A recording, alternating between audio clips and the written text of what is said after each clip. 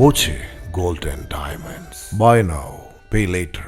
VS സുജിത്തിനെ മർദ്ദിച്ച പോലീസുകാരെ സർവീസിൽ നിന്ന് പിരിച്ചുവിടണമെന്നാവശ്യപ്പെട്ട് ഷൊർണൂർ ബ്ലോക്ക് കോൺഗ്രസ് കമ്മിറ്റി നടത്തിയ പ്രതിഷേധ സദസ്സ് DCC vice president TH Firoz Babu ഉദ്ഘാടനം ചെയ്തു.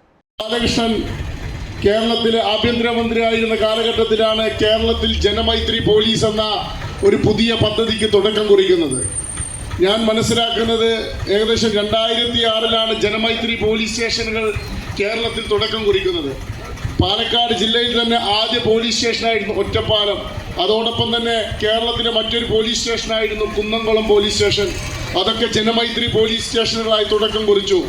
പിന്നീട് 5 വർഷം കഴിഞ്ഞപ്പോൾ കേരളത്തിലെ 50% പോലീസ് സ്റ്റേഷനുകളും ജനമൈത്രി പോലീസ് സ്റ്റേഷനായി മാറി.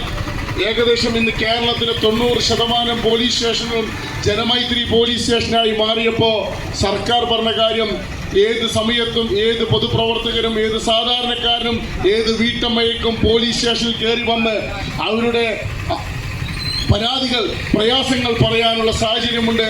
അതുകൊണ്ട് ജനങ്ങളും പോലീസും ഇനി ഒന്നാണെന്ന് പറഞ്ഞുകൊണ്ടാണ് അന്ന് തുടക്കം കുറിച്ചെങ്കിൽ ഇന്ന് കേരളത്തിലെ പോലീസ് സ്റ്റേഷനുകളുടെ പേര് മാറ്റണം.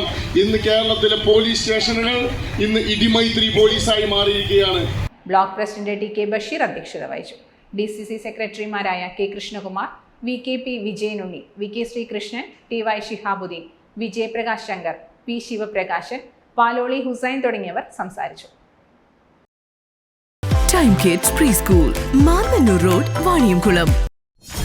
.view ന്യൂസ്, കാഴ്ചകളാണ് ലോകം, കണ്ടു തുടങ്ങുക.